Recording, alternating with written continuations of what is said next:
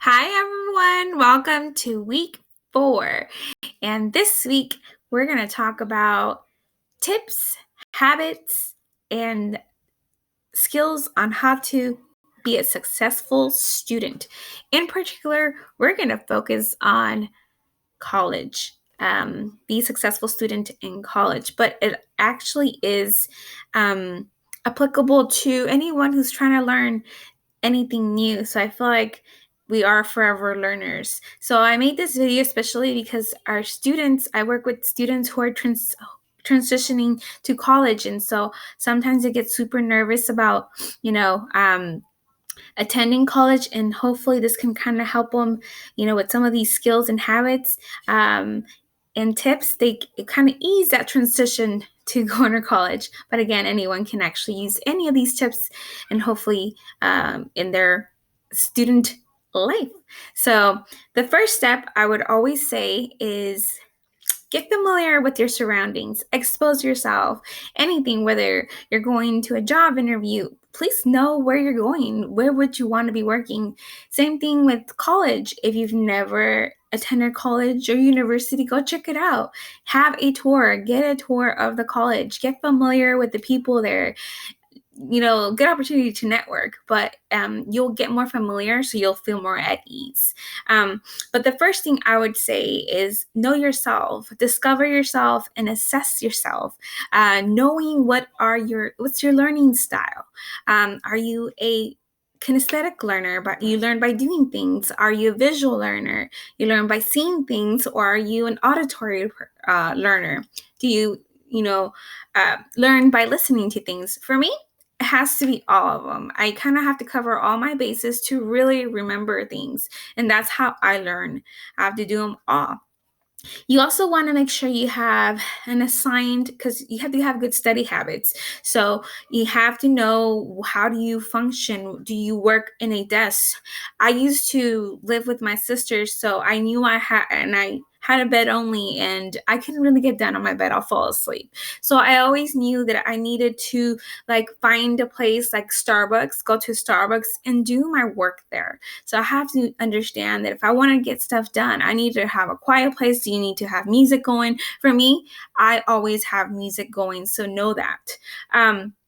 Are you a morning person, evening, or night person? I am a morning person. So I'm up at 4:30 in the morning. Well, not right now, but when I have a regular schedule, we're not under this quarantine, I'm usually up at 4:35 getting stuff done, because that's how I get stuff done. So know where you work best. Are you better at working at night, taking classes at night, or taking classes during the morning? And just be ready. You need to treat, this school or anything as a job, because it's very important. And it's a good transition if you decide to actually get a job. So, number 2, time management. You need to prioritize what's important, and I hope that you can make school education a priority for you. And you have to know how to plan, have a calendar, have a planner, that to-do list. You have to have a set schedule. What days you're going to be going to school, what days you're going to study. You have to learn how to prioritize. If you want family involved, make sure you assign a day for family, me time. It's important to manage all aspects of your life, because then you'll get really stressed because you're giving too much on one thing and you're like, oh, dang it, right? So make sure you set some time, get yourself a nice calendar, one that you can visually see, get a planner for a daily thing. I love creating to-do lists, and one of my thing is the ABC list, where I go, my A's are things I have to get done that day. My B's is that one that has to get done that week, and my C's things I need to get done through the month. And then they move every day. Things turn, B's go to C's, C's go to B's, and that's always changing. But at least I have a visual of what things need to get done, and there's always a need to do list every morning. Spend 5 minutes doing that. That helps a lot. Having that organizational skill, whether you have a laptop, and that's going to help you with your time management, and you assigned folders. You have a folder per year, then per class. Each class has their folder, and you have things just saved there. Now we have Google Drive, and you have a drive there. You create folders there. That's what I do. I have one for the 2 jobs that I work at, personal stuff, work stuff. You have things organized. If you don't have that, you don't have easily access, you don't feel organized, it's not good. So that's going to be very important to be able to manage your time. So organizational skills are definitely important. So make sure you have a calendar. Make sure you have a planner. Set alarms, because I have alarms to wake up in the morning, to sleep at night, to take vitamins, whatever I need to do to exercise. I have different alarms. That's going to help you stay on time and have a set schedule. Okay. So that counts throughout the month, throughout the week, throughout the day. That's a skill that's going to help a lot. Another thing when you're going to college is reading. So it's not reading like Harry Potter reading. You're actually reading textbooks that take a long time. Like it's a 20-30 minute chapter, and you have like 3 or 4 classes. That could take you a long time. So you got to know, figure out your baseline and how long it takes you to read a page and understand a page, and then divide that throughout the week. Unless you decide to do one of those people that just spends all day, one day doing all their work, and other times that figure out what's going to work for you regarding this reading. Can you do it all in one day, or do you have to break it down? So make sure you're able to break down your reading, because textbook reading is not easy. It's not fun. Again, it's not Harry Potter. It's not all those books. It's not always that fun to read stuff that you're not familiar with. Read out loud. That might help you a lot. Sometimes doing mini reviews a little bit, highlight, annotate if it's your book, unless you're planning to sell it. Although some people still like those notes, because other people, it helps them out. Aside with reading, number 4, taking notes. Some people, there's a process to take notes, and there's actually, it's a skill that I had to look up, and I looked at some videos. If you need some tips on that, or I can tell you and show you what are some good videos for that. But you have to learn to observe, record, and review. How is that going to look like? There's different techniques. You can be recording, a voice recorder. You could be typing or having notebooks per class. But for me, I'm a fast typer, so I can type, and I would take, my laptop, already have what's the date, the title, and ready to take notes and type, because I cannot write that fast, right? Another skill is memorizing. You have to learn how to remember things, right? For tests, especially for tests, right? So it is a process in the brain. You have to techniques. You could chunk things up. You could be reciting things, and you have to repeat sometimes by the end of the day or the end of the week. Some people use mnemonics, like remembering. I'm a musician, so I remember the notes, face, every good boy does fine. Sometimes that helps you remember certain things, outlining your notebook, and maybe outlining anything in software.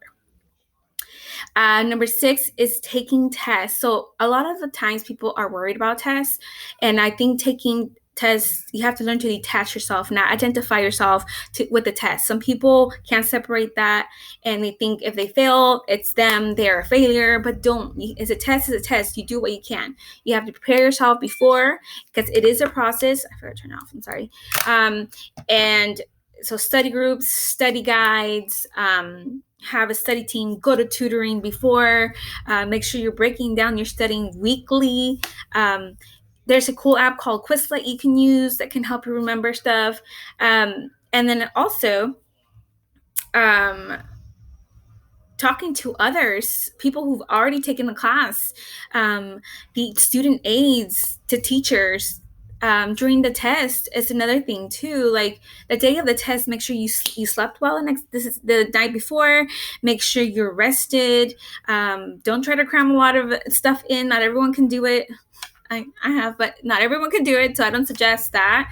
And then after, follow up, where did you mess up? Maybe understanding the teacher on how they really want to have and take these tests. Like every teacher might be different.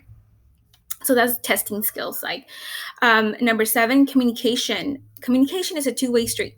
You got to learn how to be an active listener, and using I statements when you're trying to communicate with others, especially your classmates, your teachers, because developing your self-awareness and helps you with your motivation, learning to empathize and put yourself in other people's shoes. That's very important. It's going to help you with managing conflict if you ever have conflict with another classmate, or if you're having conflict with a teacher. So it is very important at this time, if you communicate, that you build your network, because you never know. Your teachers, your classmates could lead you to the next job. They can be writing your letters of recommendation and maybe helping you with your grad program if you decide to continue in your studies. So be involved, participate in class, ask questions, make sure the teacher knows you. Because I think this is a little stepping stone into your actual job. Having critical thinking, it's a learned behavior. And I think that's the one thing that I love that I learned in college. It helps me, I question everything that I see, that I read, that I hear.